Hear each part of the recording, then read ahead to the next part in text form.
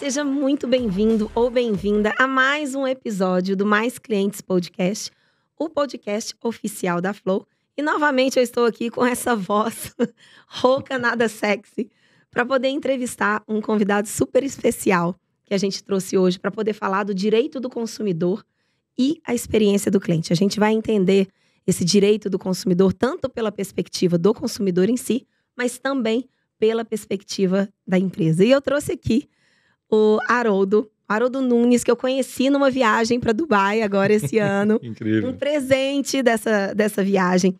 Eu vou ler para vocês a bio, como sempre eu faço aqui. O Haroldo, ele é sócio fundador do escritório Cruz e Nunes e cofundador de uma startup de inteligência de negócios para shopping centers. Então, vocês que nos assistem e trabalham ou têm shopping centers, é obrigatório conhecer e ouvir esse podcast aqui com o Haroldo. Ele preside a Comissão de Direito do Varejo e Shopping Centers da OAB Santo Amaro, em São Paulo. E, além disso, ele é head jurídico e vice-presidente da AESU, Associação Empresarial da Região Sul. Possui MBA em Marketing e Negócios Digitais. Então, pensem bem, é um advogado que estuda negócios e marketing digitais também. Tem título de especialista em Direito Processual Civil pela PUC de São Paulo.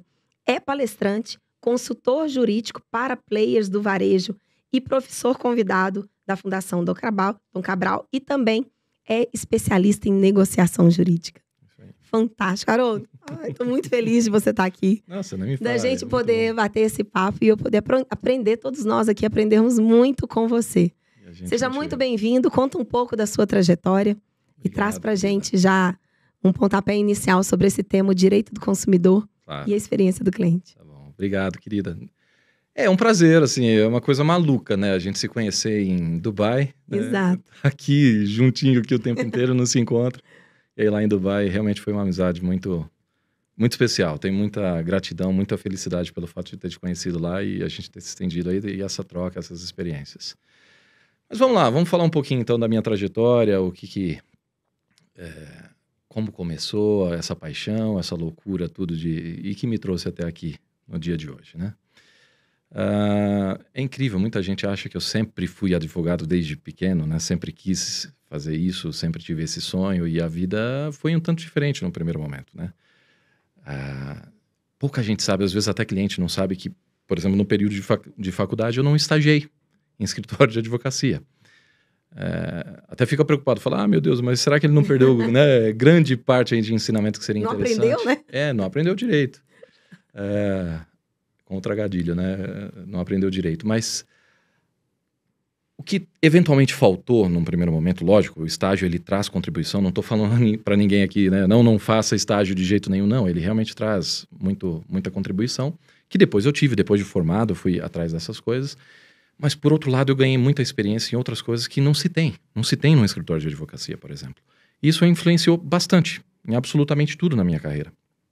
Na verdade, eu comecei a trabalhar bastante cedo, aos 15 anos, né, numa empresa que era do meu pai, era uma indústria, era uma fábrica de carroceria para caminhão. Às vezes a gente fala assim, o pessoal nem sabe, né? O que é carroceria para caminhão? Mas o caminhão, quando ele sai, por exemplo, da montadora e aí depois da concessionária também, ele sai só a cabine ali e depois decide-se, né, o que você vai utilizar. Por exemplo, carga seca, granel, caminhão basculante, pipa. Então, existem esses compartimentos de carga são diferentes, né? E a gente fabricava isso.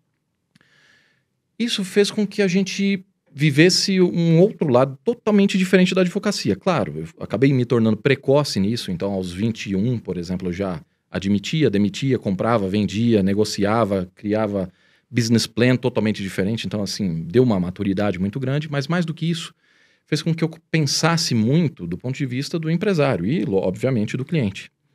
Então, enquanto meus colegas estavam ali estudando, por exemplo, sei lá, impugnação do valor da causa, ou estudando essa questão muito mais processual e técnica jurídica, eu estava tendo uma imersão em relação, por exemplo, à experiência do cliente e as dores que são sentidas por aquele que atende o cliente, né? E não por acaso isso foi trazido. Então, quando eu fundei meu escritório, logo depois que eu me formei e já tinha terminado realmente o ciclo lá na empresa do meu pai, eu queria empreender, mas aí já com essa nova profissão, eu trouxe muito do que tinha lá. Então, esse tropismo pelo direito da empresa, né? Eu não gosto de falar necessariamente direito empresarial, que parece que é um ramo específico ali, mas o direito da empresa. Então, quando a gente fala em direito do consumidor, direito contratual, direito do trabalho, são ramos do direito que são atinentes ao interesse da empresa, né? Então, isso tem essa consequência, traz essa bagagem, né? E isso fez com que a gente até mudasse um tanto da mentalidade do escritório. Por exemplo, as pessoas me perguntaram, Haroldo, mas seu escritório é especialista em quê? Geralmente esperando que eu diga alguma área do direito. A gente trabalha com o direito do trabalho, ou direito comercial, ou direito, sei lá, do consumidor. E não, na verdade eu acho que o meu cliente não tem muito a ver com esse problema, dessa minha divisão, né? Ele tem problemas, porque problema não escolhe, né? Muito label, né? Então ele tem problemas e a visão do meu escritório foi justamente especializar-se em um segmento, no business do cliente. Então por isso que você vê, por exemplo, você estava lendo na minha bio, falando sobre shopping center. A gente se especializou bastante no mundo de shopping center. Sou da comissão de varejo de shopping center, a gente tem um portfólio muito grande de shopping centers. Mas por que esse tropismo, Haroldo? Para justamente a gente entendendo a dor daquele segmento, que é diferente de outro segmento, a gente tem como atender muito melhor, aplicar a lei naquilo que faz sentido ao meu cliente. Então, a gente se especializou no varejo e na cadeia de distribuição, né? E a gente tem, por exemplo, uma escola dentro do escritório, né, que é a Escola Cruz e Nunes, em que a gente trata assuntos que a gente chama laicos, ou seja, a gente não vai falar sobre direito necessariamente ali. A gente vai falar sobre temas mais do business mesmo, então vamos falar só para colaboradores ou é aberto? Não, em regra para colaboradores, mas eventualmente a gente traz convidados, tanto para palestrar quanto para ouvir também, ou para interagir, ou para estressar a ideia. Então a gente traz convidados do ramo, daquilo que a gente está dizendo, ou às vezes de fora também, sei lá, que pode ter uma contribuição, mas tem alguma coisa atinente ali também, entende? Mas não é em tese fechado, não. Para que quando o meu cliente for falar alguma coisa, por exemplo, o cliente do varejo, que ele for falar SKU, ou mesmo ver um advogado falando em termo SKU, ele fala, como que esse advogado sabe disso? Ele entende a minha dor. E a ideia é justamente isso, né? Calçar os sapatos do cliente. Então... Isso aí já é experiência do cliente dentro do mercado jurídico. Eu não tenho dúvida. Porque é uma visão diferente, né? Uma visão bem diferente de você se adequar ao cliente, ao invés do cliente escolher simplesmente porque é especialista em alguma área jurídica, por exemplo. É uma visão mais centrada no cliente, claro. O problema dele não escolhe, né? Peraí, já que o advogado da empresa é especialista em direito do trabalho, só teremos problemas em direito do trabalho. Não existe isso. Então, realmente, a visão tem que ser invertida. É de lá para cá e não o inverso, né? Fantástico. Perfeito. Muito bom, muito bom. E é isso. Então, como carreira, teve realmente essa transição, mas eu costumo até pensar que não foi bem uma mudança, uma transição, um plot twist, sabe? Eu pivotei de carreira. Na verdade, fez parte. Então, sim, eu considero que aquilo foi um estágio. Talvez um pouco diferente, mas foi um estágio. E é por isso que, não por outro motivo, que o meu escritório acaba sendo um tanto diferente também, né? Essas raízes esculpiram o que seria o meu escritório. E nisso, a gente cria soluções um tanto mais criativas também, né? Por exemplo, no ano de 2021, meu escritório, ele bateu o recorde absoluto da história do Procon, de maior número de respostas ao Procon, né? De reclamações do Procon.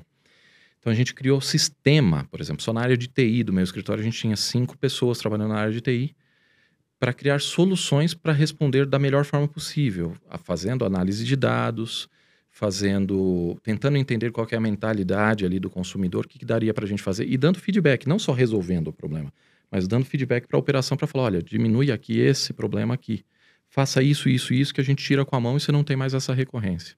Que legal isso. É pensar de lá para cá e não daqui para lá, sabe? É resolver o problema na origem da empresa. Ainda que custe, digamos, diminuir os nossos honorários. Exato, menos, exato. Em tese. E nessa visão que você tem sobre o direito do consumidor, o que você mais tem visto que os consumidores estão sofrendo justamente por as empresas infringirem ou não tomarem cuidado com o direito do consumidor? Como é que está esse cenário aqui no Brasil?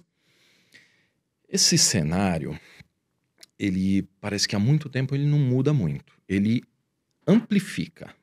Então, de repente, a gente vê que tinha um número menor e, de repente, no outro ano aumentou pra caramba o número de reclamações. Mas ele tende mais ou menos a obedecer uma regra, que é mais ou menos o seguinte. Atraso da entrega. Esse geralmente é campeão. Tá? Atrasou, eu estava esperando em data X e não veio.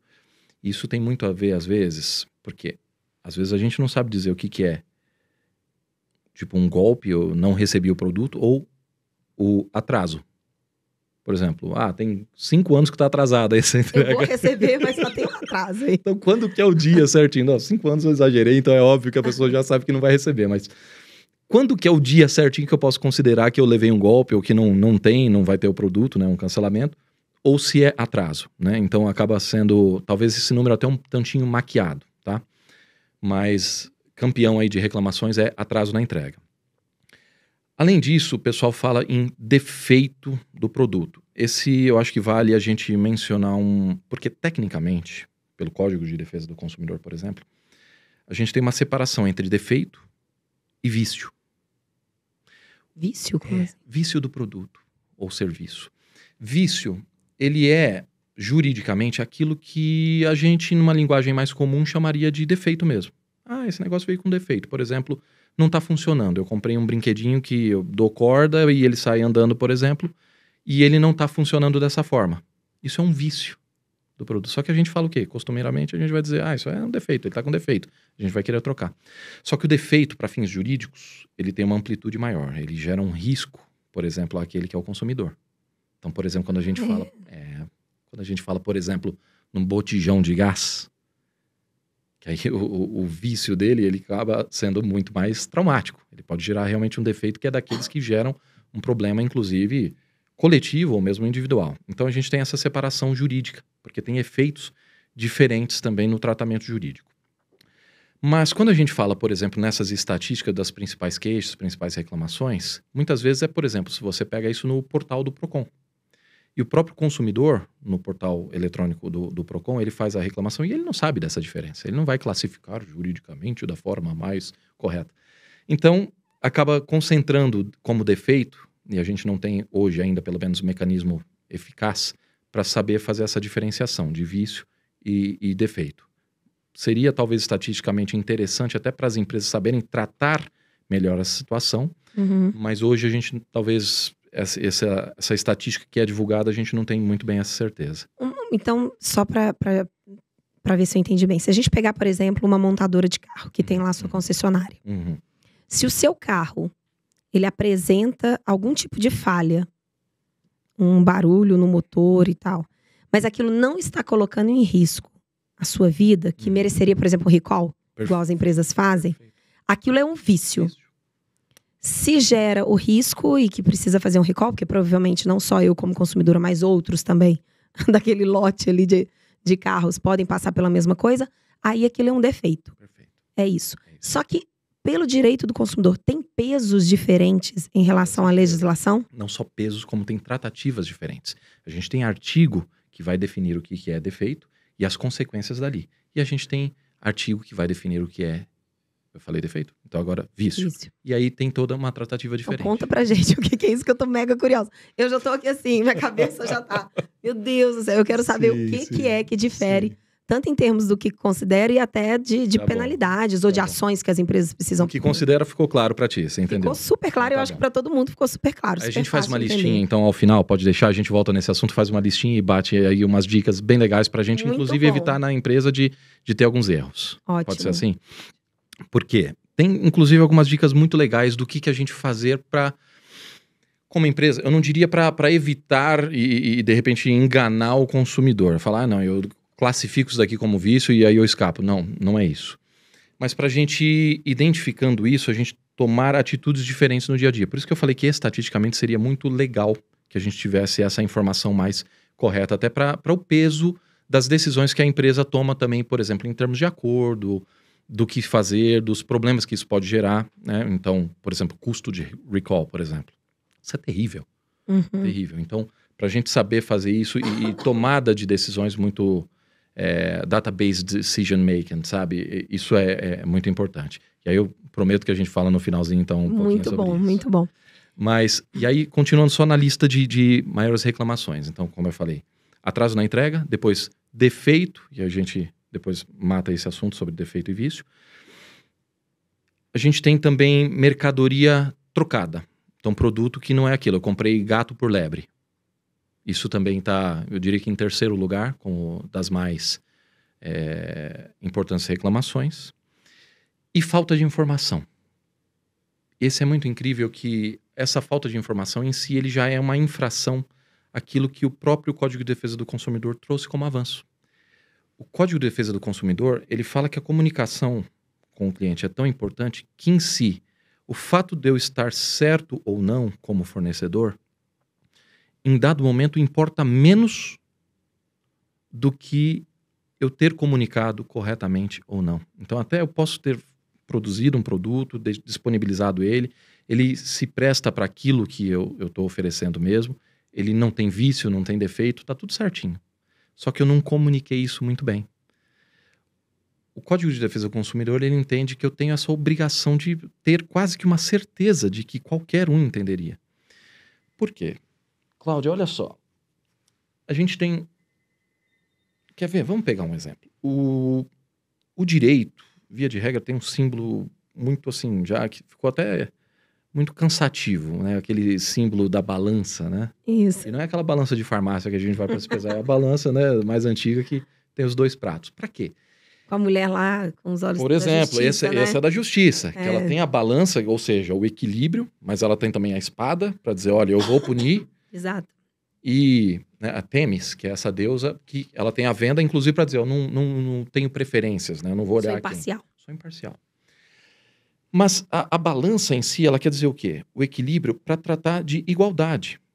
Eu só tenho equilíbrio numa balança quando eu coloco um peso de um lado e o mesmo peso do outro. Se eu colocar mais peso aqui, ela não vai atingir o equilíbrio, certo? Então, o direito é quase que obcecado com essa paridade, com essa igualdade, com a equanimidade. Mas é interessante que eu falei um pouquinho antes sobre a gente tratar igualmente os iguais e desigualmente os desiguais. O direito, ele tem que ter essa sensibilidade de, quando há uma desigualdade, eu tenho que ser desigual para buscar o equilíbrio. Parece meio confuso. Por favor, explica melhor. Porque eu não sei vocês, mas eu agora aqui dei uma pescada. Deu uma bugada, vai ser assim mesmo. Mas olha só, imagine uma corrida, uma disputa entre dois atletas. Um é um garoto de 12 anos, super, assim, uma promessa do atletismo, e muito precoce e tal, ele corre super bem e pega, sei lá, o Usain Bolt para correr com o menino. A menos que seja, assim, algo beneficente, só uma brincadeira ali, né? E aí, de repente, o Usain Bolt vai deixar o menino ganhar só para ficar bonito. Mas não dá pra gente pensar que possa ser uma disputa justa. Exato. E aí, se tiver um árbitro e fala, não, mas eu quero que seja justa essa disputa. Então, vamos os dois largar ao mesmo tempo na linha e tal. Cara, não dá. Continua injusto. É injusto. Então, se a gente não reconhecer essa diferença e tentar fazer alguma composição que equilibre um pouco, a gente nunca vai alcançar a justiça. Então, no direito, às vezes encontramos situações em que há desequilíbrio. Você quer ver um exemplo? Mesmo quando a gente fala de consumidor e cliente. Ó, consumidor e empresa. Principalmente. Você quer ver? Código de Defesa do Consumidor. Você não tem um outro código que fala assim, que põe a mão na chapa quente e fala, eu tenho um lado. Esse código, ele tem. É o Código de Defesa do Consumidor. Não escondo de ninguém. Eu estou defendendo um lado, que é o consumidor. Tem Código de Defesa da empresa, né? Não tem. Perante o consumidor. Perante o consumidor não tem. Por quê? Entende-se que a empresa já está mais do que defendida. Ela tem hipersuficiência. Entende? Ela tem poderio econômico, de informação. Então imagine, por exemplo, voltando no exemplo do botijão de gás lá. Ele explode. Explodiu. Aí eu vou lá e faço uma reclamaçãozinha lá, sei lá, ou no PROCON, ou no juizado especial, entro com um processo. E aí vem o pessoal técnico da empresa, fala, não, mas isso é porque a barimetria foi detectada, que a pressão feita do armazenamento, que não sei o que. O cara, eu não entendi nada. Como que poderia, então, por exemplo, o consumidor se defender disso? Então, para isso, por exemplo, o Código de Defesa do Consumidor, ele falando que há verossimilhança na minha alegação, ou seja, aquilo que eu estou falando é plausível. Há hipossuficiência, que se presume, né? Pouco, suficiência, então eu tenho menos condições de me defender perante uma empresa que é dotada de grande conhecimento, estatística, isso, já testou aquilo, sabe qual que é a espessura do metal que tem que ser suficiente para aguentar aquela pressão X e tal. Quer dizer, eles têm toda a capacidade. Então, como poderia eu disputar com esse pessoal? Há uma regra em direito processual que aquele que alega tem a obrigação de comprovar. Agora eu vou dar um passinho para trás, esquece o direito do consumidor, vamos pensar em direito civil normal, em que não haja desigualdade ou não há um código que defende um dos lados. Ok? No direito do consumidor eu estou dizendo que eu tenho código de defesa do consumidor. Mas se eu estou dirigindo meu carro e tem o meu vizinho que está dirigindo um outro carro, não tem código de defesa do Haroldo, certo? O Código Civil, ele não está fazendo diferenciação entre eu e o meu vizinho. Então, se tiver um acidente entre os dois carros, e eu estou dizendo, olha, foi ele que ultrapassou o farol vermelho e atingiu o meu carro, eu estou alegando, então eu tenho a obrigação de comprovar. É o famoso ônus da prova. O ônus é daquele que alega. Essa é a regra. Só que quando chega no direito do consumidor, como eu disse, se há verossimilhança naquilo que a gente está alegando como consumidor, se há essa hipossuficiência, essa prova muitas vezes é diabólica, como a gente fala, o juiz pode inverter o ônus da prova e falar, então, empresa, é o seguinte, é o Haroldo que está alegando isso, mas você que tem que comprovar o inverso. Que não é. Isso é muito bonito, isso é um avanço, sabe? O nosso Código de Defesa do Consumidor, ele é elogiadíssimo internacionalmente. Porque Sério? a gente trouxe, sim. É motivo de orgulho internacional. Tudo bem que hoje já está quase que um ancião. É pecado falar isso, né? Eu sou bem mais velho que o Código de Defesa do Consumidor, mas o pessoal fala que é quase um ancião. Ele é de 1990. Mas assim, quando saiu, realmente foi coqueluche, assim, uma coisa assim, elogiadíssima, e ainda hoje. Então, o direito do consumidor, o Brasil é muito forte em direito do consumidor. Então, ele traz essas prerrogativas. Ele desequilibra um pouco a balança logo no começo. Para quê? Porque aí sim eu tenho maiores chances de alcançar a justiça. É como se falasse o Usain Bolt. Só que é o seguinte, você espera 8 segundos primeiro. Deixa ele correr e aí depois você larga. E aí tem um pouquinho mais de chance de ter um certo equilíbrio. A mesma coisa acontece, por exemplo, em direito do trabalho. A empresa contratante aqui e o funcionário. Imagina que a empresa fala, então, é o seguinte, abre mão aqui, assina aqui o que você está concordando que eu não vou te pagar FGTS, tá? Fala, mas tá na lei, ué. Tanta coisa que tá na lei, meu querido. Então, reconhece aqui, você tá assinando. Não cabe depois, por exemplo, a empresa alegar, falar, não, mas eu tenho assinatura daqui, ele não quer FGTS. Falou, querido, você acha mesmo que eu vou acreditar que ele não quer? Fala, não, FGTS, não precisa. Então, na verdade, são umas situações que a gente fala que é vício de consentimento, né? O cara fala, não, se eu for perder o emprego, eu prefiro aceitar isso daqui do que simplesmente perder o meu emprego. Então, eu aceito. Ou aquela coisa que ficou já famosa em direito do trabalho. A pessoa que bate o cartão e volta a trabalhar. Exato. A empresa obriga a bater o cartão. Ele faz isso, fala, mas foi ele que fez, como que ele bateu o cartão? Cara, ele faz. Então, o juiz acaba aplicando, não muitas vezes a inversão do ônus da prova, como ocorre no Código de Defesa do Consumidor, mas aplica, por exemplo, o princípio da primazia da realidade. Então ele fala, tem um cartão de ponto aqui, mas espera aí, testemunha, vem cá. Ele costumava bater e voltar ao trabalho? Sim, ele batia o cartão e voltava ao trabalho. Ah, tá bom, entendi. Então ele vê muito mais a realidade do que o documento, porque o documento no âmbito da empresa, da relação empregatícia ali, ele pode ser forjado, entende? Mas aí no âmbito do consumidor, o que seria essa prova, assim, essa inversão? Essa inversão do ônus da prova é o seguinte, é mando de jogo, eu costumo exemplificar dessa forma. Imagina que tem um campeonato, final de campeonato, em que se terminar 0-0 ou 1-1, tem um campeão de qualquer forma. E não vai ser na disputa dos pênaltis, não vai ter aquela prorrogação com golden goal. O resultado de empate, ele é suficiente para poder definir quem é o campeão que sai dali com o troféu. Em direito do processual, em processo, tá? Então vamos dizer que tem uma disputa, né, numa vara civil, por exemplo. Não tem como a gente disputar no cara ou coroa, no pênalti, quando tá empatado. Né? Um vai perder, não tem jeito, não tem empate. Concorda? Imagine que eu processo a Cláudia. Se eu não conseguir provar aquilo que eu queria, eu vou perder.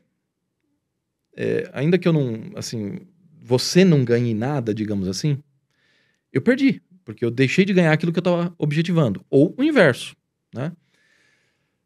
Então, a regra é essa. Via de regra, o Haroldo está acusando a Cláudia, falou que aconteceu alguma coisa, ele tem que comprovar. Se ele não comprova, ele perde. O que o Código de Defesa do Consumidor propõe nessas situações que eu comentei, ou seja, verossimilhança, hipossuficiência e tal, é que inverte, que eu entro com processo, eu alego uma coisa. Ainda que eu não consiga comprovar, na verdade seria como se a Cláudia tivesse que comprovar a inocência. E se ela não conseguir comprovar, ela perde. Então eu nem preciso marcar 1-0, entende? Uhum. Via de regra, em todo o processo, se ficar 0-0, ou seja, ninguém comprovou nada, aquele que está alegando, ele perde. O 0-0 é ruim para quem está alegando, para quem está entrando com a ação, para quem está tentando uma indenização, por exemplo. Mas em direito do consumidor existe a possibilidade da inversão. O 0-0, ou seja, ninguém comprovou nada, a empresa perde. Parece injusto. É mesmo? Parece injusto no primeiro momento, né? Mas olha que bonito. Sabendo disso, as empresas começam a se educar um pouco melhor para, inclusive, ter dispositivos de como comprovar isso muito melhor. Por isso que você vê, por exemplo, a embalagem dizendo, olha, é aquilo que o pessoal vira até meme, né? Por causa de pessoas como você, que em embalagem de ovo vem escrito, né, contém ovo, né? Quebra.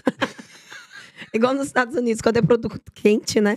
Eles têm que escrever, é quente. Você viu saindo da máquina que é quente. Sim. Porque as pessoas colocavam entre as pernas para poder dirigir, aquilo abria, queimava, sim. e eles entravam na justiça contra a empresa. Mas mesmo tortas também, que a gente costumava agora, vem lá, recheio quente.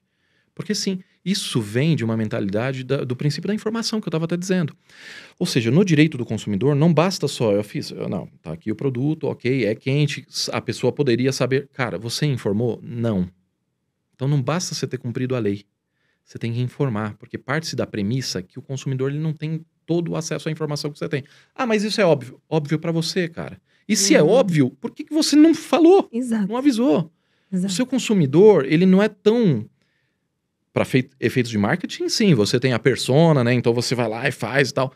Mas quem me garante que o meu consumidor, o destinatário final daquele produto ou serviço, é necessariamente 100% de match com a persona? Não. Não tem.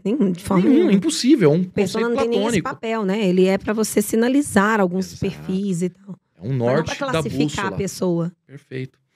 Então, eu posso ter um estrangeiro que veio com fome aqui, que nunca viu e não experimentou, nem quer aquela comida, mas passou aqui, o que tem agora, porque eu vou ter uma reunião daqui a pouco de executivo e tal. Ah, me dá isso daqui, eu compro tal. Nem sei o que é, se é frio, quente, o que é... Entende? Então, aí existe o defeito do produto. Gerou risco à saúde. Exato. Entende? Então, o direito do consumidor está muito preocupado também com a comunicação, com a informação. E eu gosto muito da nomenclatura comunicação, justamente pelo poder, pela etiologia da palavra, porque comunicação vem justamente de tornar comum. O que precisa acontecer, né? Ou o que então, a minha mensagem, eu falo, eu tenho uma informação, tá aqui na minha cabecinha. Eu preciso comunicar com a Cláudia. Como que faz? A minha mensagem, aquilo que está na minha cachola, no meu conhecimento, como que eu faço para que isso esteja também, da mesma forma, na cabeça da Cláudia? E aí sim se torna comum a nós dois. Então, comunicar é muito mais do que informar. É eu ter a garantia máxima possível de que a informação que eu sei, você sabe também. Aí se torna comum, entende? Isso é a importância da comunicação com o cliente. E o direito do consumidor, o Código de Defesa do Consumidor, foi implacável. Fala, cara, comunica direito. Fala bonitinho. Agora, Haroldo, quando a gente pensa pelo lado das empresas, como é que você tem visto as empresas encarando essa questão do direito do consumidor? Às vezes me dá a sensação, quando você fala de informação, eu até vejo uma antecipação dos problemas que podem acontecer, e daí eu vou lá e coloco a comunicação para me resguardar, eu como empresa. Perfeito. Mas em vários momentos, dependendo do tipo de problema, que esse seja vício ou defeito, que agora eu aprendi a usar muito isso, dependendo do tipo de problema que o produto traz, me dá a sensação de que ela deixa para pensar sobre o direito do consumidor na hora que o problema já acontece. Sim. Né? E não Sim. de uma maneira muito antecipada ou estratégica. Perfeito. E talvez se ela colocar na ponta do lápis o quanto custa isso para a empresa, essa falta desse olhar, valeria muito a pena investir nisso com antecedência, né? Como é que você enxerga toda essa questão da visão, agora pela perspectiva da empresa, de olhar o direito do consumidor, de ver esse tema como um tema estratégico e antecipado, ou de só remediar depois que um cliente vai para um Reclame Aqui ou que vai para uma ouvidoria e outras instâncias? Não, de jeito nenhum. Na verdade, tem muitos advogados que adorariam, né? Porque falam, beleza, acumula um monte de problema aqui, passa para mim, honorários de advogado novo. é ótimo. Mas não, gente, assim, eu realmente acredito que, inclusive até pro advogado, tá? E tá aí o pulo do gato. Eu tenho um cunhado que ele fala assim, ó, a maior desonestidade que alguém pode ter na vida, um bom comerciante pode ter na vida, é ser honesto. Gente, porque ele vai colocar tanta gente para trás, sabe? Então, assim, se a gente começa a fazer algo que até diminua o número de processos, por exemplo, do meu cliente não vai gostar demais de mim? Qual é a chance dele pensar em trocar de advogado? Pelo contrário, eu só vou crescer nessa empresa. Então, para você que é advogado, também fica a dica. De novo, e a experiência do cliente, porque aí a gente vai fazer o quê? Tô centrado, é como se eu trocasse de cadeira, falando, deixa eu sentar lá do lado do meu cliente, falando, o que eu ia desejar que o meu advogado fizesse para mim? Nossa, diminuísse o número de processos, não fosse, não me fizesse ficar dependente desse tipo de situação. Então faça, simples assim. Ele vai te remunerar melhor, você vai criar soluções, você vai ter outras coisas, e é o trabalho certo, é aquilo que a gente tem que fazer mesmo. Então não, assim, eu sou totalmente contra crescermos o número de processos ou sermos extra-combativos também. Eu até falo, depois a gente fala um pouquinho sobre esse livro aqui, mas claro. Eu falo um pouquinho sobre isso aqui, inclusive fazendo um desafio para o novo jurídico, aquilo que eu chamo de novo jurídico. Que legal. Eu lanço desafios para que o jurídico da empresa converse mais com CX, com marketing. Com as áreas operacionais, né? As áreas operacionais, pelo amor de Deus. Por quê? Olha, eu lembro quando eu estava no mercado corporativo, porque a sensação que eu tinha é que quando eu levava um problema, ou uma dúvida, ou uma necessidade para a área jurídica, sempre vinha, depende. Mas pensa numa coisa que me matava, era a resposta dos depende. Eu falei, meu amigo, não é isso que eu quero.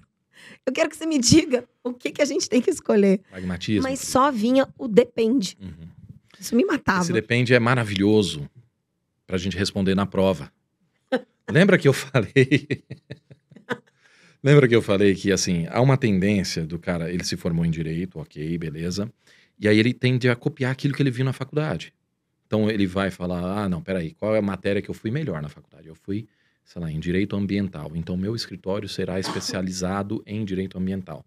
Legal, quando o seu cliente tiver um problema, sei lá, de direito previdenciário ou alguma questão trabalhista, não, eu não faço. Então escolha melhor os seus problemas da próxima vez. Viu? Quer dizer, não faz muito sentido. E essa mentalidade, às vezes, contamina também o jurídico interno das empresas. Então, ele fala, peraí, o meu professor, ele queria que na hora que eu respondesse, na prova, eu respondesse com depende. Se for assim, assim, assim, assado, é isso daqui. Se for frente a outro caso, é tá. E o professor fala, nossa, parabéns, você entendeu realmente tudo. E foi. Só que para o cliente que precisa de uma solução, não dá para ele falar depende. Ele não dá para depois falar para o cliente, então, você vai trocar o meu carro? Depende. Né? Então, essa distância a gente tenta encurtar. O jurídico não é uma ilha. Ele tem que pensar o seguinte, peraí, o jurídico interno da empresa, ele recebe o saláriozinho ali, inclusive da operação. Então, ele tem que fazer com que a operação melhore. Venda mais, ele tem que contribuir nesse sentido. Então, ele tem que criar soluções, tá? Eu tenho muito essa crítica. Eu acho que sim, a gente está avolumando processos, porque o advogado ele quer ser extra-combativo, então entra lá o consumidor, ele não entendeu direito, de repente ele até abriu errado. Vamos pensar numa latinha assim, por exemplo. Aí eu vou abrir aqui, eu abri errado e quebrou. Aí o pessoal às vezes parece que tem um prazer assim mórbido, né? Fala, que consumidor burro, ele abriu errado, olha aqui. Nossa, que terrível. Ao invés de entender, peraí, só foi o único caso?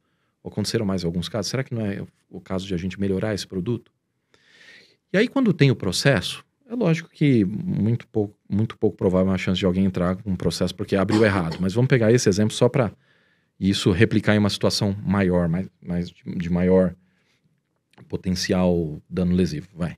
Mas ele quer sambar. O advogado, ele quer fazer o seguinte, fala, nossa, mas são falaciosas as alegações do consumidor que pretende elucupletar-se, né, de numerário, sem qualquer justificativa, valendo-se do judiciário para tanto.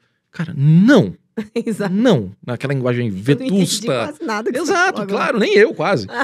Então, aquela linguagem, né, que é até parafraseando, né, linguagem vetusta, né, aquela coisa arcaica, antiga, o método, né, Rui Barbosiana. Uhum. Cara, não, peraí, vamos ter empatia. Esse cara, ele tava fazendo, podia ser sua mãe, cara. Então pensa, vamos melhorar. E mais, quando ele ganha e o juiz dá uma sentença, julgo improcedente o pedido formulado pelo autor, eles, tá vendo, provamos que esse consumidor é um babaca. Cara, não, babaca é você. Ele vai deixar de recomendar? Ele vai deixar de comprar? Quanto custa você ganhar um processo? Você ficou meses discutindo lá e a empresa ficou pagando uma mensalidade por mês, né, por número de processos. Então tá gastando mais do que na resolução do problema e o cliente é o maior consultor que ele pode ter, o mais sincero. Não é? Exato. Então, não, por favor, jurídicos do mundo, univos, né? Vamos começar a aprender um pouco mais sobre o que é a reclamação e melhorar na operação. Vamos tentar negociar melhor, recuperar, fazer métodos, inclusive, de repente, que a gente faz acordo e o cara se compromete a indicar outros clientes. Ajudar a melhorar, sabe? Não coleciona processo. Vai atrás de selo empresa amiga da justiça. Muito bom. Vai lá e fala, ó, tribunal, oi, eu tenho um número X de processos aqui, tô querendo reduzir isso daqui em 25%. Você me dá algum prêmio? Claro, vamos lá, a justiça tá doidinha querendo reduzir o número. Vai te dar dicas, vai fazer um programa, você faz isso, ganha um selo, fala, tá aqui, ó, tá vendo, consumidor? Tem compromisso contigo, cara. Lógico, Muito problema legal. a gente tem. Mas vamos Você juntos não tem empresa solucionar. que vai sempre entregar uma experiência positiva. Isso é romantismo. Isso é muito romantismo. Isso é Agora, da Disney. Você trouxe muita perspectiva e eu adorei a perspectiva da área jurídica de uma empresa. Mas e quando a gente vai falar dos líderes? Porque muitas das coisas não começam na área jurídica. A área jurídica ela é acionada. Exato. Ela começa dentro das áreas operacionais, seja desenhando um novo produto, seja não entregando o que é prometido, ou produzindo um produto que não tem qualidade, ou não dando o suporte que é necessário. Começa nas áreas operacionais. O quanto você acredita que os líderes dessas áreas operacionais eles têm esse olhar, ou o quanto eles deveriam ter desse olhar do direito do consumidor? Ou se até existe algum tipo de miopia nesse sentido, sabe? Existe, Cláudia, essa miopia, mas eu diria, e aí colocando a mão na chapa quente, sendo um pouco mais assim, fazendo um meia-culpa, eu acho que há mais do jurídico até. Tá? Sério? Juro. Por que você acha? Essa visão, talvez, mais fechada, vem da área do jurídico. E aí por isso que, depende, é uma falta de empatia. Fala, cara, ele precisa resolver o problema lá. Então não é depende. Eu sei que pra você depende, mas então veja, depende do quê? De A, de B e C. Então me dá essas informações. É A ou B ou C. A é B. Então tá bom, então não depende mais. É isso daqui. Vai lá, deixa ele resolver. Entende? Uhum. Então o jurídico acaba ficando confortável em ser em cima do muro. Eu sei que o jurídico nas empresas, muitas vezes ele é pago para falar não. E isso é uma função muito legal. Tá?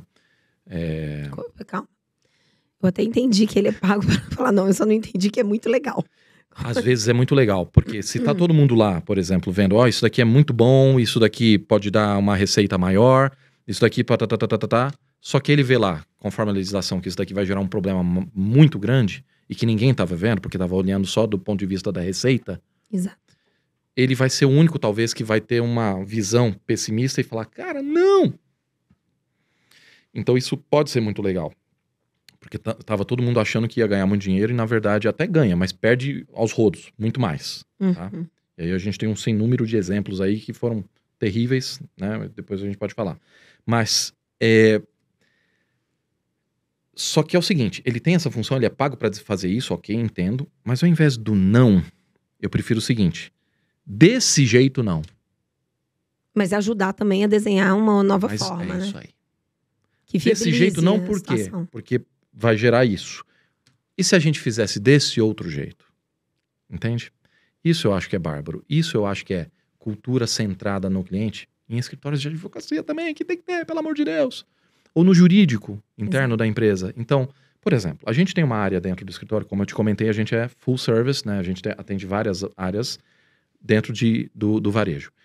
Então, por exemplo, é muito comum que o cliente precisasse de um trabalho, de uma consultoria, assessoria em aprovação de campanhas promocionais. Então, sabe aquela coisa quando você vai no shopping? Cada R$500 em compra você ganha um... E que é regulado pela Caixa Econômica, pelo Tesouro, né? Perfeito. Precisa ter aquele pequeno código. Isso, falar exato. Esse, que até a gente fala até costumeiramente hoje pela Caixa, já não é mais pela Caixa. Já não é pela Caixa. Mais. Na verdade, tudo começou com o Ministério da Economia, não, o Ministério da Fazenda. E aí o Ministério da Fazenda, ele falou, cara, não vou cuidar disso daqui tudo sozinho, eu vou mandar para a Caixa Econômica Federal fazer isso. Só que quando tinha banco envolvido, por exemplo, consórcio, alguma instituição financeira, a Caixa era interessada, então ela... Não tinha acesso a informações que talvez... Exato, então não poderia. Então tem conflito de interesse, então ela devolvia isso para o Ministério da Fazenda. Então ficou por um tempo só a Caixa e o Ministério da Fazenda regulando, dependendo se tiver atividade financeira, Fazenda, se não, via de regra, todo o restante Caixa.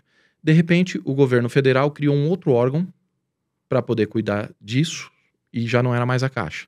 Voltando tudo para Ministério da Fazenda e esse órgão que cuidava. E aí foi Secap, SEAI... gente, a minha idade, ela confessa, porque eu sou do tempo da Caixa, tá? Quando eu trabalhava com marketing, eu trabalhava com a Caixa, que tinha um vínculo com o Tesouro Direto, que você tinha que fazer. Eu tô dedurando a minha idade aqui. Mas nós somos novinhos. Essa alteração tem pouco tempo. E aí, depois disso, então... Aí teve super ministérios agora também, né? Então, ficou no Ministério da Economia.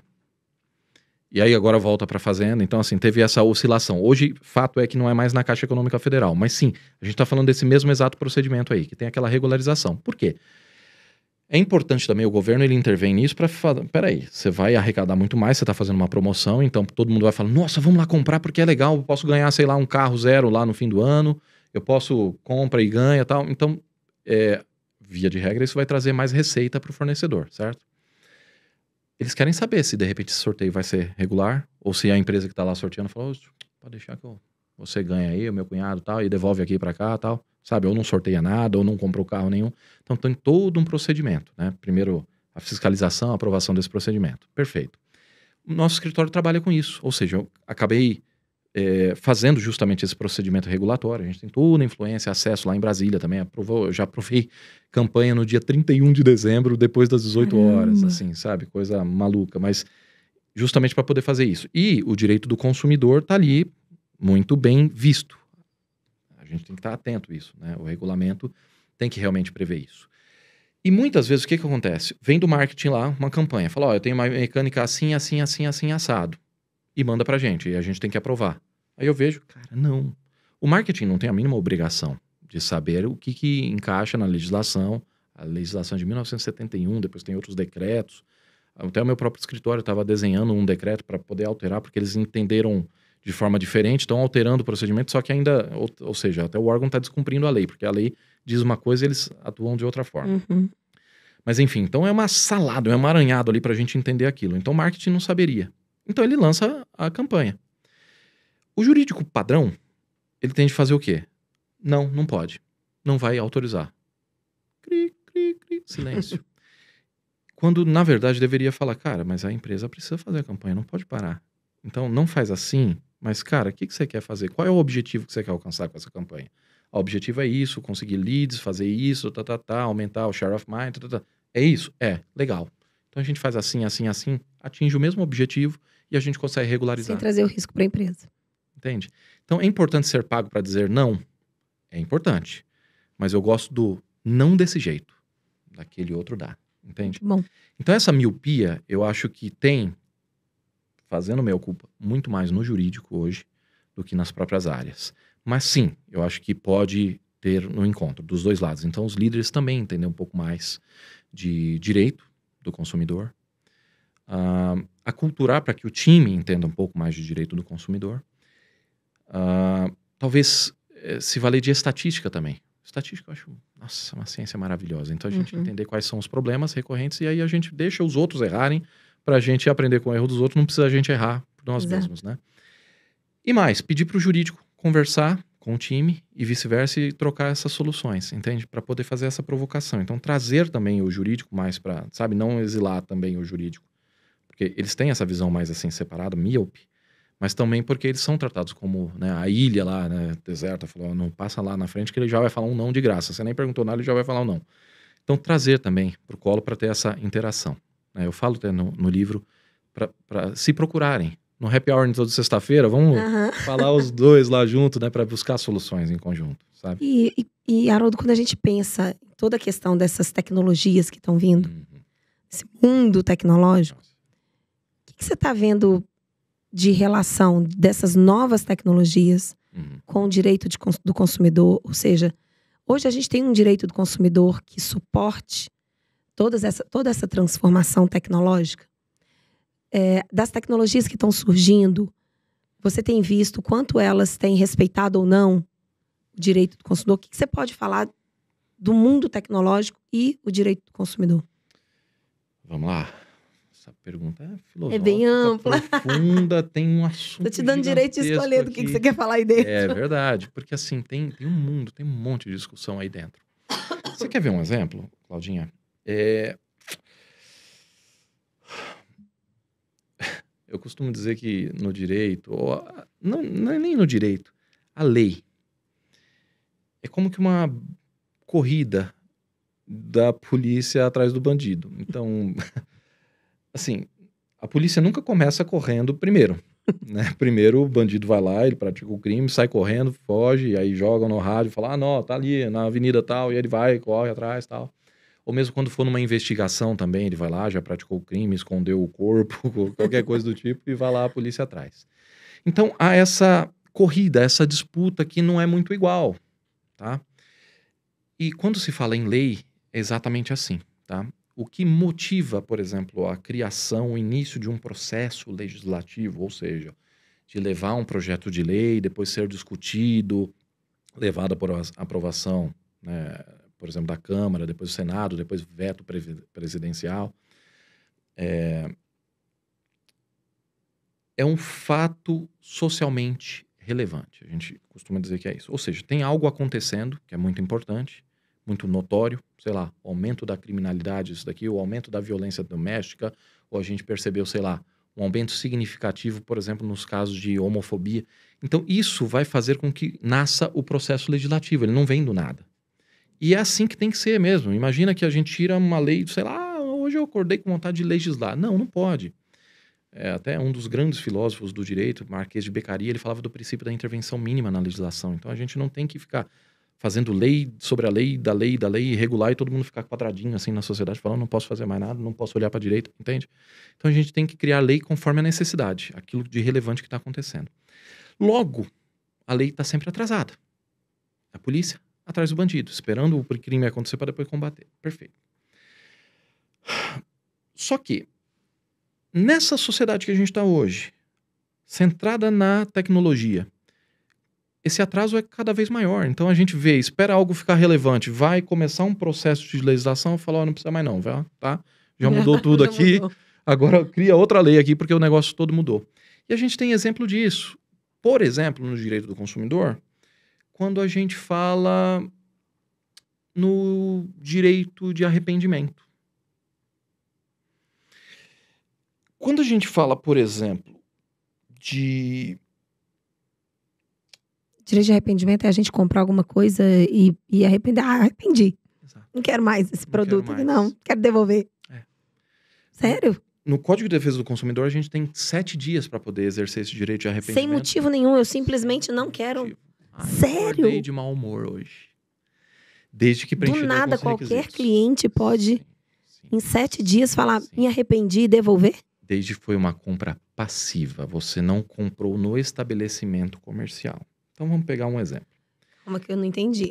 Me explica a gente explica tudo isso, não tem problema. Eu não entendi a compra passiva. Primeiro, vamos... como eu falei, o Código de Defesa do Consumidor, eu até ofendi, falei um ancião, né? Na verdade, é um jovenzinho de 30 anos, né? 30 e poucos anos. Mas assim, o Código de Defesa do Consumidor é de 1990. Em 1990, a gente navegava na internet com muita frequência, assistia os vídeos em streaming. Tinha isso? Não, não tinha nada disso. Exato. Então, assim, a tecnologia, que hoje é uma das norteia quase tudo na nossa vida, né? Quer dizer, a gente está gravando aqui algo que o pessoal vai receber, vai assistir por internet. Em 1990 a gente não ousava sonhar um negócio desse. Então, o Código de Defesa do Consumidor, ele desenhou uma situação, uma relação de consumo baseada, por exemplo, na compra passiva, que é o seguinte: imagina, naquela época era muito comum, estava lá em casa, tranquilo, assistindo televisão, e bate na minha porta lá alguém e falou: opa, tudo bem, seu Haroldo? E aí, eu vim trazer aqui essa enciclopédia muito legal, até porque não tinha Google, né? Então a enciclopédia ainda tinha uma utilidade muito maior. E ele vai lá e me convencia com uma lábia lá, o cara sabia vender muito bem e tal, ele vendeu. E aí eu vou lá, compro, beleza. Quando chega em casa mais tarde, por exemplo, minha esposa, que foi sair com os amigos, quando voltou, falou: por que você endividou a gente nesse tanto? Essa enciclopédia cara pra caramba, gera um problema. Ele falou: poxa, mas foi por impulso, eu comprei isso daqui, não tava pensando. Ou inversamente. Você concorda que ele não saiu de casa com o intuito de manhã e falou: preciso comprar uma enciclopédia, ou a professora da minha filha tá pedindo essa enciclopédia, tem muito tempo que eu tô precisando e tal? Não, foi uma compra passiva e que ele acabou agindo por impulso. O Código de Defesa do Consumidor estipulou prazo de 7 dias para poder exercer esse meu direito de arrependimento, ok? Nessa compra passiva. Quando eu ia, por exemplo, comprar na loja, eu vou lá, sei lá, numa concessionária e falo: eu quero tal, comprar. Eu estou ativamente comprando. Então, me parece que eu já pensei, maturei, tomei essa Então ideia. existe pelo menos um filtro nisso aí. Com certeza. Só que qual é o problema? E aí você falou: Haroldo, e a tendência da tecnologia, por exemplo, que vai mudando, o avanço disso e as consequências disso no direito do consumidor? É que, em 1990, não tinha compras online. A gente não falava em comprar pela internet, no e-commerce, como a gente está falando hoje em dia. E hoje em dia as pessoas compram online, será? Um pouquinho, né?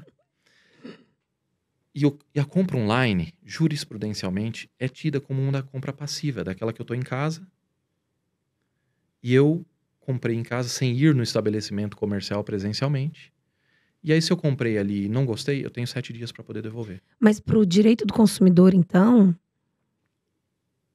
o fato de você... Porque, por exemplo, mesmo eu comprando online, eu posso ter passado por todo o estudo, como se eu tivesse ido numa loja física. Eu estudei, analisei, tive facilidade até, porque está no meio digital, de ir em várias marcas e analisar. Pensei bastante, fui lá e comprei. O direito do consumidor ainda considera a compra online como passiva? Sendo que eu posso passar por todo esse estudo de compra ou eu entendi errado? E aí, o que você acha? Que rufa os tambores?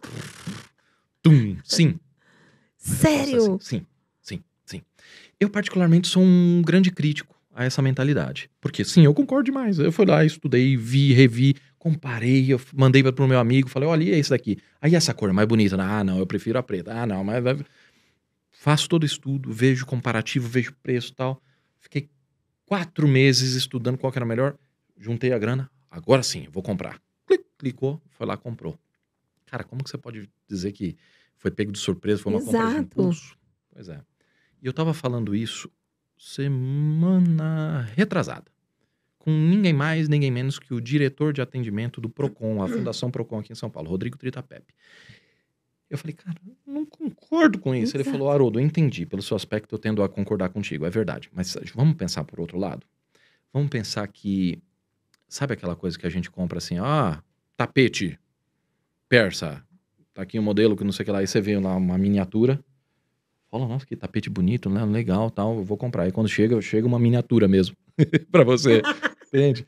Então assim, quando eu compro pela internet, eu não tenho, sabe... Brasileiro, então, adora isso, né? Quando a gente viaja um pouquinho, né? Dependendo de onde você vai, principalmente a Europa, tal, ou até mesmo aqui, sei lá, na Argentina, quando a gente começa a tocar nas coisas, os caras ficam bravos, né? Que você tá mexendo. Nos Estados Unidos, não, eles são todos, né? De consumidor, pode tocar, mexer e tal. Mas pela internet a gente não tem essa possibilidade, entende? Então, por isso, na hora que eu tenho realmente o contato ali com a coisa que eu só vi virtualmente, de repente eu me surpreendo. Então, eu ter essa possibilidade dessa extensão do artigo 49 do Código de Defesa do Consumidor, artigo 49, ele que fala que eu tenho esses 7 dias. Então, a jurisprudência, ou seja, o entendimento dos tribunais, dos juízes, é no sentido de que sim, se estende essa garantia dos 7 dias, essa possibilidade dos 7 dias de exercer o arrependimento. Entendeu? Poxa. Poxa, você vê? Novidade isso, né? Mas olha só, se por um lado é até um pouco... Só te interromper, porque o que eu tava imaginando é o seguinte. A pessoa sabe que ao comprar no meio digital, ela não tá tendo contato. Uhum. Acho que são raros produtos que talvez você não tenha uma loja física que você possa ir e ver o produto e depois comprar online por uma condição melhor. Se fosse dentro de uma campanha, algo relâmpago ou que ative alguma coisa de escassez, então ou você compra agora ou vai acabar e tudo mais no meio digital, eu até enxergo isso como algo super aplicável. Mas em compras que a gente estuda, avalia, compara, ou que eu já tenho uma compra recorrente, porque não se fala de compra recorrente nesse ponto, né? Ou seja, se eu já comprei mais de uma vez o mesmo produto, por exemplo, eu compro suplementos todos pela internet. Eu compro mais de uma vez. Eu sei exatamente como vem aquele suplemento. Perfeito. Mesmo assim, eu consigo aplicar a lei do arrependimento simplesmente porque está no meio do meio digital? Primeiro, se você se candidatar a deputada federal, eu vou votar em você. Porque, gente, eu preciso dessa mentalidade lá, sabe, na Câmara dos Deputados, para justamente legislar melhor, sabe? Ah, meu Deus, tá vendo, gente? Sou consultora. Câmara, se vocês precisarem de alguém para poder... Estou aqui. Aqui nos comentários tem os meus contatos. Mas lembra que eu falei que tem que ter essa interface realmente entre o pessoal da operação e o jurídico, justamente para conversar e ter essa... Olha aqui, o bate-papo que a gente está vendo e está criando soluções. Eu acho muito legal isso, sabe? A gente entende da lei, mas de repente o fato, a gente traz coisas novas e sim, eu posso inclusive começar a alegar isso para o judiciário. Só que o judiciário, ele acaba falando, não, peraí, eu vou cumprir aquilo que está na lei, eu vou cumprir aquilo que está na jurisprudência. Então, o ideal seria mudar a lei relativizar. Lembra que eu falei que a lei é meio lerdinha? Ela demora. Então, foi desenhado o artigo 49 em 1990, pensando no vendedor de enciclopédia. De repente, a tecnologia, o tipo de venda, de aquisição mudou completamente. E aí entendeu-se que aquela venda que eu faço, aquela compra que eu faço pela internet, não é a compra que eu faço no estabelecimento. Tá bom, não é igual a do estabelecimento mesmo.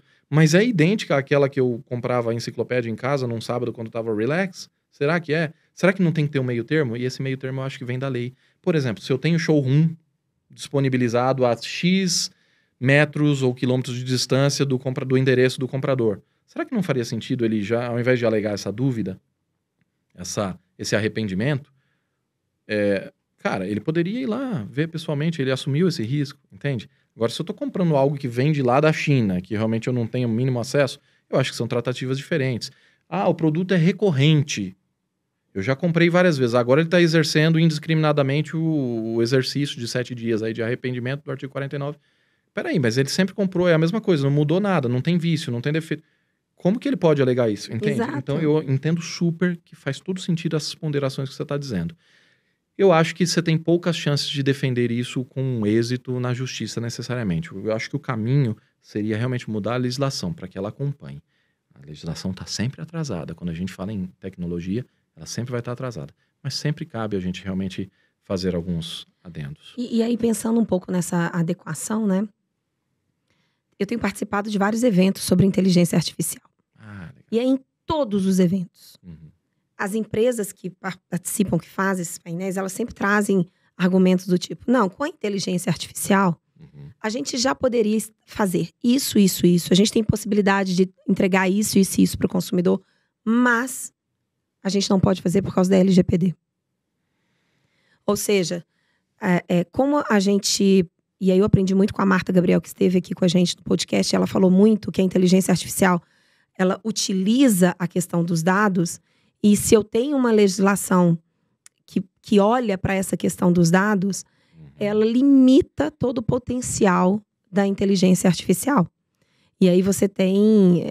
Por outro lado, a LGPD também ela protege muito outras frentes para o consumidor em relação ao uso de dados pessoais, né?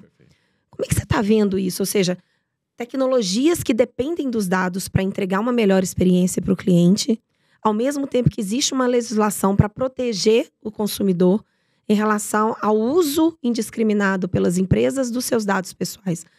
Acha que vai ter uma hora que vai dar um conflito aí, que vai virar e falar assim, deixa o consumidor decidir se ele quer que os dados pessoais dele sejam usados ou não? Por exemplo, eu sou totalmente a favor. Usa meus dados Melhor. pessoais. Vai melhorar pra mim? Usa. E eu tenho que ter a inteligência, a descrição, sabe? O senso crítico de falar, não, aqui estão abusando, aqui não estão abusando. Mas não tenho profundidade o suficiente. Sim. Eu tô olhando muito pela ambição consumidora, vamos dizer assim, de ter acesso a várias facilidades que uma inteligência artificial pode trazer. Como é que você enxerga isso, Haroldo? Você acha que vai chegar a ter um conflito aí? Porque tá barrando. Sim. Ao mesmo tempo que tá protegendo também. Então... Tá. Eu acho que em 1989 foi que lançaram um dos mais famosos, pelo menos da nova leva de filmes do Batman. E aí o Coringa da época era o Jack Nicholson. E aí ele falava o seguinte: não dá para se fazer um omelete sem se quebrar alguns ovos. Essa frase emblemática, aos 9 anos que eu tinha lá que eu assisti, eu lembro daquela época. Ontem. Foi ontem. Foi ontem. Eu e o Haroldo, se a gente der a mão, a gente desce a serra rapidinho.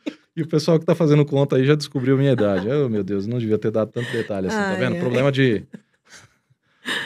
uso indevido de dados. Se você estiver fazendo conta aqui pra chegar na minha idade, não pode não, viu? Mas vamos lá. Muito bom. E aí, no direito a gente tem muito isso, tá? Tem até um nome, um palavrão terrível no direito que a gente usa: antinomia aparente de normas, tá? Tem apelido isso aí, não? Pra facilitar. Basicamente, é fácil, quer ver? Basicamente é uma lei que fere outra. Uma lei que fere outra. Ou um princípio que fere outro. Então, por exemplo, eu tenho o direito de ir e vir. Não tenho? Tenho consagrado. Nossa, o direito está lá no artigo 5º da Constituição Federal, perfeito. Então, mas espera aí. Se eu matar alguém, eu vou preso. E aí eu vou ter restringido o meu direito de ir e vir. Eu tenho, por exemplo, rodízio. Que eu não posso dirigir meu carro, se for com a placa tal, naquele momento. Falar, mas tá ferindo meu direito de ir e vir, entende? Então, assim, existem, na verdade, direitos e princípios que são colidentes entre si. E a gente costuma dizer que o direito de um termina quando começa o do outro, entende? Então, o direito é o tempo inteiro. Na verdade, a gente vai medindo onde vai o direito de um, onde vai o de outro, começa o do outro e fere, e a gente vai administrando isso. Que isso é a antinomia aparente, né? Então, o conflito aparente de normas é a gestão dessas coisas. Então, eu tenho, por exemplo, Lei Geral de Proteção de Dados que fala, não, mas vocês estão obstando a evolução, atrapalhando a evolução, o crescimento. Cara, claro, a gente vai atrapalhar, mas existe um nível saudável de impedimento do crescimento. Aquele que vai, por exemplo, vamos pensar o seguinte, o direito ambiental, ele basicamente vai atrapalhar o crescimento. A gente não pode derrubar todas as árvores, por exemplo, e começar a fazer indústria. Mas você está atrapalhando o crescimento. Sim, por favor, de propósito. Eu quero muito atrapalhar esse crescimento que você quer aí. Da forma que você quer. Nossa, o que eu mais quero é atrapalhar. Eu quero um crescimento sustentável. Então, a Lei Geral de Proteção de Dados, ela vem nesse sentido. Do ponto de vista econômico, inclusive, tá? Empresas estrangeiras vão deixar de fazer negócio no Brasil a partir do momento que a gente não tem uma Lei Geral de Proteção de Dados eficaz. Entende? Começou a atrapalhar, porque a nossa promulgação da lei e o início, é o que a gente chama de vacatio legis, é um período entre ela foi promulgada e começar a viger. Tem um período aí que tá todo mundo só fazendo um teste drive com a lei. Se adaptando. Já existe, conhece e tal, mas ainda não está sendo aplicado, não está sendo vigente. Esse período de vacância, né, a gente chama de vacatio legis. Esse período no Brasil foi muito cumprido, sobretudo porque entrou a pandemia do Covid. Isso começou a gerar uma pressão estrangeira também, falando, tá bom, eu não vou fazer negócio se vocês não começarem a fazer viger. Lá na Europa começou muito cedo e muito forte, GDPR, né? Sim. Até a nossa própria legislação, ela é espelho da legislação europeia. Espelho, ela meio que fez um Ctrl-C, Ctrl-V com algumas poucas modificações tropicalizadas assim, mas basicamente é a mesma coisa. Então, tem essa importância até do ponto de vista macroeconômico. Tem ponto de vista do direito do consumidor. Então, assim, eu como consumidor, eu sou titular de direitos, né? Vários direitos, inclusive os direitos dos meus dados pessoais. E aí há até uma separação entre dados pessoais que são os dados pessoais comuns e os dados pessoais sensíveis, né? Então, imagine, por exemplo, sei lá, um laboratório em que eu fiz exame e tem algumas características minhas lá, por exemplo, que o laboratório sabe, nem a família sabe, entende? De repente até de questões de saúde, eu não informei ninguém, e aí tá público, de repente.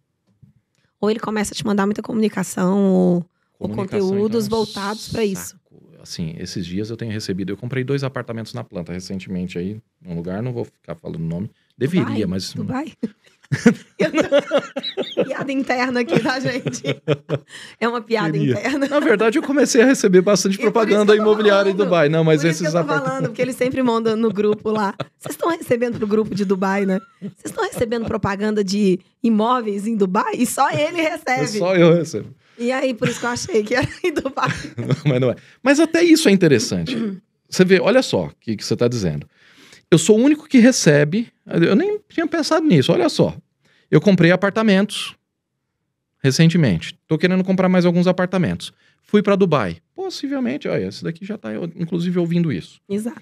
E aí ele fala, o Haroldo quer comprar um apartamento. O Haroldo comprou um apartamento. O Haroldo foi para Dubai. Logo, opa, real estate em Dubai. Exato. E aí, de repente, no grupo eu tô recebendo por causa disso. Olha a invasão. E, cara, eu não quero. Que saco. Ou, pelo menos, eu posso ter o direito de dizer se eu quero ou não. É isso que eu acho que é o direito ponto. de escolha. Ou seja, o primeiro deveria ser permitido. E nesse primeiro, você como consumidor diz, quero continuar ou não quero continuar. Mas eu tenho uma excelente notícia pra você. Ai, meu Deus. É isso que a Lei Geral de Proteção de Dados prega. Ah, jura? Juro. Basicamente, ele não tá proibindo nada. Tem. Não, assim, o que a Lei Geral de Proteção de Dados faz? Ela, basicamente, ela se ocupa nos primeiros artigos de dizer o que é dado pessoal, tá? Ela traz algumas definições, por exemplo, do que é um dado pessoal anonimizado. Por quê? Ela fala, por exemplo, que dado pessoal é aquele da pessoa física. Então, por exemplo, se eu estiver tratando dados de pessoa jurídica, não é dado pessoal, tá? Estou tratando de dados... Opa, tossimos sincronizados aqui. Da pessoa física identificada ou identificável.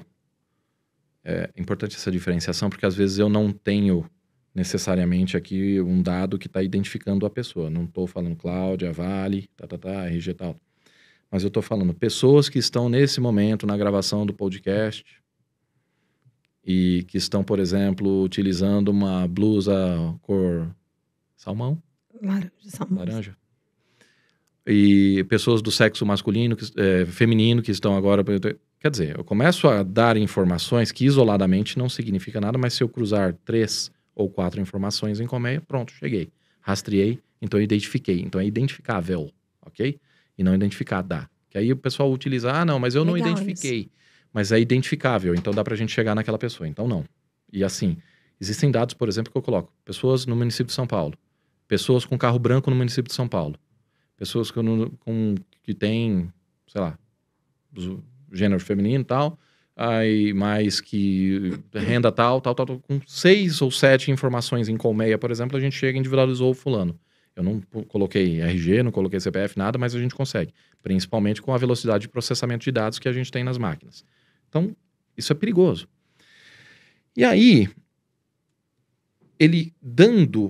a Lei Geral de Proteção de Dados, ela dá um poder extra para aquele que é o titular dos dados pessoais. Então, se eu sou dono dos meus dados, eu tenho todo o direito do mundo de dizer, não, você não tem os meus dados, você não pode tratar, você não pode isso, você não pode passar para terceiros, você não pode fazer pesquisa, ou você pode fazer estritamente aquilo que eu te autorizei. Você quer dados, por exemplo, só para poder emitir a fatura, para eu poder pagar? Perfeito, é só para isso que você vai emitir. É para fazer análise estatística. Legal, olha, entendi, hein? Mas eu não quero, entende? Ah, mas isso está atrapalhando... Eu falei, ok, se você quer, para poder melhorar a tecnologia, infringir o direito do outro, não, cara, faça a estatística com outros, entende? Essa é a minha visão. Eu sei que tem gente que vai falar, não, imagina, tem que ter o direito, porque esse é soberano, o interesse da coletividade é maior do que o interesse individual. Tá, cara, mas segura um pouquinho aqui e faça com aqueles que querem dar essa amostragem. É mais ou menos assim, é o interesse de todo mundo, então vamos fazer a amostragem de sangue de todo mundo, sair coletando sangue de todo mundo. Não, eu não quero, não, você não faça, entende? E aí o que eu estava dizendo do apartamento.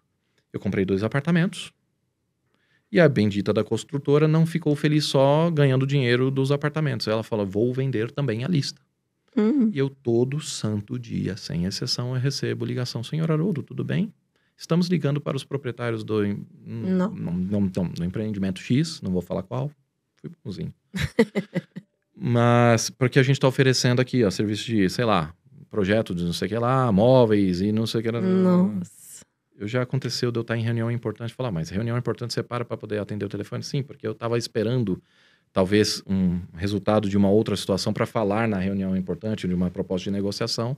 Aí eu falei, espera só um pouquinho, estou terminando aqui. Aí vem a ligação e fala, pois não. Senhor Haroldo, queremos oferecer um produto. Nossa. Eu falo, entende?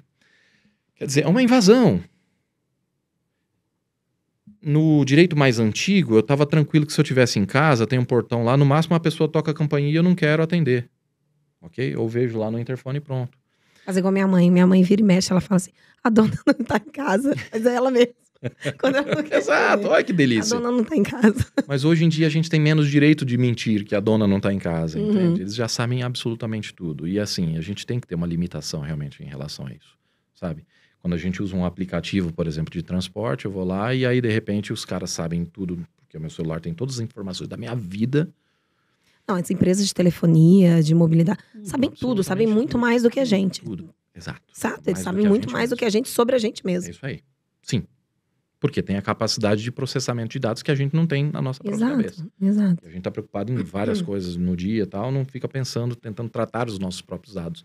E aí ele vai lá e tá, informa. Então, o Shopping Center, o Haroldo tá pertinho do você agora que ele tá passando aqui com o aplicativo. Ele tá precisando de um produto assim, que tal? De repente você não fazer a propaganda. Aí vem uma propaganda e eu falo, que mágica, que coincidência. E se não for uma propaganda, se for uma propaganda muito boa, você realmente está precisando e é uma condição imperdível, não te facilitou a vida? Demais! Então, Só eu que eu não tenho o direito isso. de escolher se eu posso ou não receber essa propaganda. Exato. Aí eu concordo. Exato. Esse é o lance que talvez algumas pessoas não enxergam. Cara, eu concordo super. E aí você tá falando, Haroldo, e você gostaria? Nossa, eu adoraria. Eu também. Quero que mais é que as pessoas façam esse filtro E pra o mim. fulano? Cara, não. Eu Até concordo. gostaria talvez da propaganda. Mas me sinto mal de saber que estão tratando os meus dados. Então prefiro não. Legal. Esse direito desse cara, na minha visão, tem que ser respeitado, concordo. Entende? Eu acho que o poder tá com o consumidor mesmo. Exato. De definir isso. E é isso que a Lei Geral de Proteção de Dados veio fazer. Fala, olha, eu vou tirar todo o poder do mundo. Então você tem como notificar a empresa, dizer para que você está utilizando, qual que é o armazenamento. Você tem que tirar em tanto tempo. Você pode anonimizar, tá? Fala, cara, para que você precisa dos meus dados? Para isso, isso e isso? Então basta você saber que eu sou homem de 35 a 42 anos, ou até 45 anos, eu tenho uma renda X, tal, não sei o que. Você precisa saber que é o Haroldo Nunes que mora na rua tal. Não precisa. Então, anonimize esses dados. Utilize aquilo que é interessante só para sua estatística, entende? Então, para evitar esses abusos, eu tenho o direito de poder escolher o que ele faz com aquilo ou não, entende? Agora, Haroldo, voltando lá no início, e a gente, infelizmente, já está chegando no final do podcast. Meu Deus do céu. Você disse que ia trazer algumas dicas para as empresas em relação a esse olhar de defeito e de vício, né? E cuidados, dicas, assim, para as empresas. O que é isso que eu fiquei curiosa? E falei, eu não posso esquecer, encerrar esse podcast sem saber disso. Tá bom. Vamos fazer o seguinte. Eu vou colocar um material, e aí eu vou dar um spoiler agora, então. Eu vou colocar um material só para fazer essa distribuição, porque a gente tem um método muito legal para diferenciar e dar dica quando a gente trata de um. Fantástico! E dar a dica de como atuar com o outro. E mais, pra gente não incorrer em uns erros que já era aquele lá mais grave, mas se no todo não tem como, a gente cai num e não no outro, entende? Isso eu vou deixar um material disponibilizado e eu queria saber de ti como que a gente faz a melhor forma. A gente deixa na descrição do podcast, a gente deixa o link, e aí se esse link remeter para algum lugar do site de vocês e tal, que façam um download, as pessoas clicam ali e mandam. Se não tiver, se for material físico, a gente cria uma página, uma forma de se fazer o download. Para que faça isso. E coloca e a gente faz um conteúdo digital bem legal, explicativo disso daí. Porque assim, mais do que falar, tem coisas que a gente tem medo até de falar e de repente há um misunderstanding, sabe? Tipo, eu achei que entendi isso daqui e não é. Então eu quero, assim, deixar muito claro isso daqui, como que funciona, como que não funciona, o que a gente faz, os segredinhos, os macetes pra gente tomar alguns cuidados. Eu falo também um pouquinho aqui no livro. E essa é uma pergunta que eu ia te fazer. Se a gente tiver profissionais aqui de CX ou de qualquer outras áreas que queiram estudar mais sobre direito do consumidor, não entendo nada. Eu quero aprender porque eu fiquei curiosa e tal. Qual é a dica? Qual é a trajetória de aprendizagem que eles podem ter? A dica, eu acho que assim, soberana, eu acho muito legal, porque assim, estudar Ler o livro. densamente, ler o livro, isso daqui, nossa, sem dúvida, tá aqui, eu vou até deixar assim para ver. Me dá aqui Aspectos jurídicos do e-commerce. Aspectos jurídicos do e-commerce. A gente Exato. vai deixar na descrição do episódio também um link legal. para as pessoas poderem já ir para uma loja e comprar. Sim, esse daqui esgotou muito rápido a primeira edição, tá na segunda edição. Na verdade, são alguns profissionais, não só do direito, tá? Legal. Tem do direito a grande maioria, mas alguns outros profissionais também da área, até de CX, tem vários profissionais em geral aqui reunidos com bastante conteúdo muito interessante e atual. A gente falando, por exemplo, em direito do consumidor, tem capítulos de direito do consumidor, tem de comunicação com o cliente também, tem vários outros capítulos também. Então é uma imersão assim até um pouco mais laica, e não tão densa do mundo jurídico, né, do juridiquês. Então para profissionais que não são necessariamente do direito, às vezes se você vai estudar o direito do consumidor, tem, de novo, aquela linguagem vetusta, né, aquela coisa mais arcaica, assim, um pouco mais densa, que é um pouco complicado. Então eu iria mais para a linha de artigos, de repente, um pouco mais traduzidos do juridiquês para o português, mais um pouco de business, mas eu iria sobretudo em estatística. Olha! Estatística é fenomenal. Então, por exemplo, a gente tem estatísticas, dados muito interessantes, por exemplo, com o Procon, a gente tem com sites de reclamação, a gente tem com ranking, e a gente começa a estudar ali os porquês daquilo. Você pode até tratar esses dados também. Esses sim você pode tratar, porque não são dados pessoais, não são dados pessoais sensíveis, são dados públicos que você consegue até de reclamações, e você consegue tratar ali. Quando você trata ali e o resultado daquilo, você começa a entender um tantinho mais sobre a mentalidade dos juízes. Então, por exemplo, pede essas estatísticas, você pode ter também até, ou essas informações, até o próprio jurídico das empresas ou os advogados das suas empresas. Fala, peraí, eu quero saber quais são, nos últimos anos, me coloca em 2020, 21, 22 e 23. Quais são as principais ações? Quais são os principais processos em direito do consumidor? Quais são os principais pedidos? Desses pedidos, quantos a gente ganha, quantos a gente perde? Qual é o ticket médio, quanto a gente perde? Você começa a entender um pouco mais. E por quê? Quando a gente perde, por que a gente perde? A gente perde de indenizar só pagar o produto que estava com defeito, vício? Legal fazer isso, hein? Muito. Quando eu estava no mercado corporativo, eu podia ter feito isso. Eu acho que eu ia aprender pra caramba nisso. Então, e é o que eu estou incentivando os jurídicos.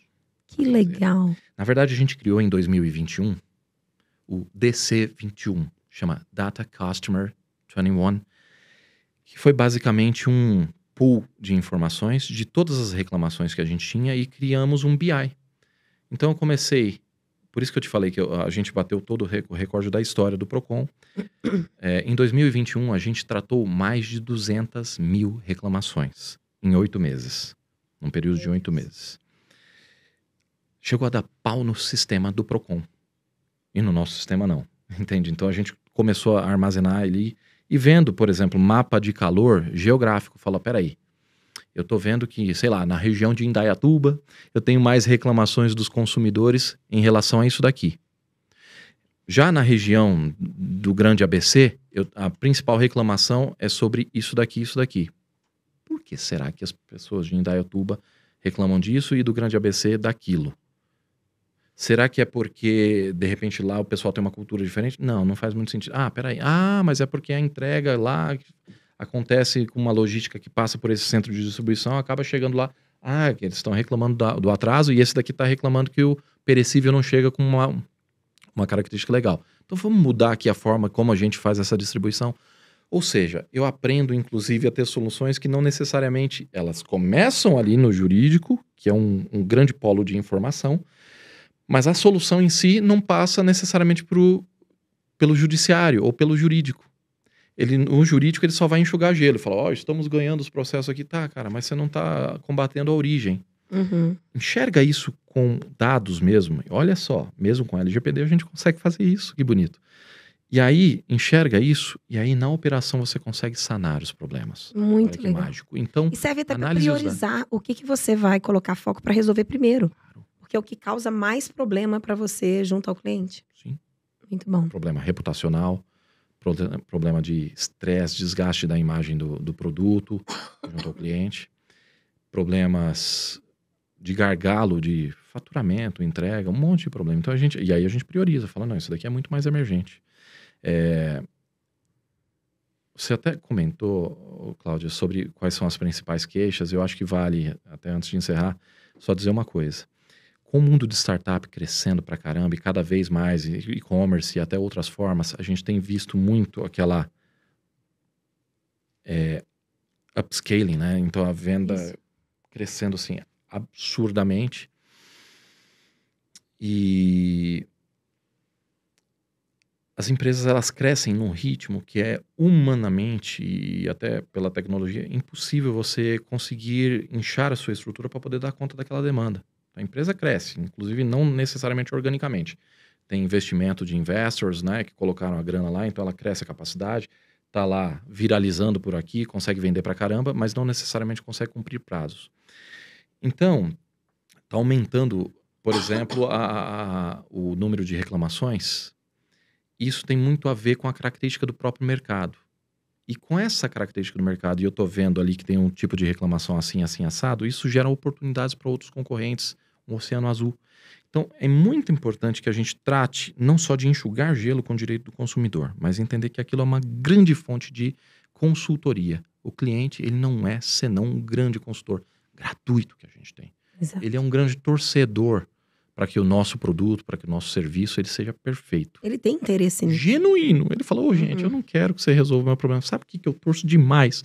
É que eu não tenho mais problema, cara. Na boa. Exato. Eu não tenho preferência de falar com atendimento eletrônico, com robô, com humanizado. Nem precisava ser humanizado, só precisava não ter problema. Então, eu tô te dando dica aqui, ó. Da próxima vez que você não fizer isso... Eu prefiro um robô grosso, mas que resolva o meu problema, do que um robô humanizado que só me enrola.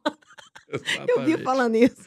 Exatamente. Então, assim, tem que aproveitar essa dica gratuita que o consumidor dá. Nem sempre é gratuita, né? Quando tem problema, processo, essas coisas, custa e custa muito caro. Mas a gente tem que pensar também que só ganhar processo, isso é uma grande coisa que a gente fala, só ganhar processo, às vezes custa mais caro também. Então, vamos corrigir lá na fonte, vamos conversar um pouco mais com a operação. Fantástico. A última pergunta que a gente sempre faz, infelizmente, acho que a gente vai bater o recorde de tempo aqui nesse podcast, porque Meu Deus do céu. se deixar demais, a gente ficar trazendo. Como o nosso podcast chama Mais Clientes, ou seja, a gente traz temas que ajudam as empresas a ter mais clientes satisfeitos, mais clientes que recomendam, mais reputação para a empresa, mais valor para o cliente. De tudo que você trouxe para a gente, Haroldo, o que você acha que é o mais em relação ao direito do consumidor que as empresas precisam focar? O que mais se destaca para se ter mais clientes de N formas? O mais, eu diria que até é quase que tautológico, metalinguístico. É o seguinte, é fazer o mais. Quando a gente fala em direito do consumidor, a lei, ela não pede que a gente faça nada, absolutamente nada, além do normal. Tá? Ele pede que você faça o mínimo. Vamos comparar. Imagine que, por exemplo, eu estou andando de ônibus. Tem um assento lá na ponta, que ele é reservado para pessoa, por exemplo, deficiente, cadeirante, sei lá, pessoa com crianças de colo, necessidades especiais.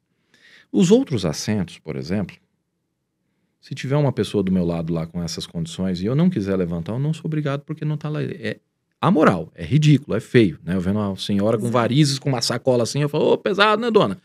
E eu não faço nada, eu não sou obrigado, ok? Moralmente, sim. Mas legalmente, não. Então, o que eu penso, quando a gente fala em direito do consumidor, não é só cumprir a lei. Não espera que a gente tenha que fazer aquele mínimo para, ótimo, passei com nota azul, cumprir a lei. Não. O mais é justamente, o mais importante é justamente fazer o mais. Vá além. A lei fala que a gente tem que comunicar, comunique bem, comunique melhor. Ah, se a lei fala que é 7 dias, eu tenho que cumprir isso, cara, dê 10 dias, mostra pra você que você tem um diferencial.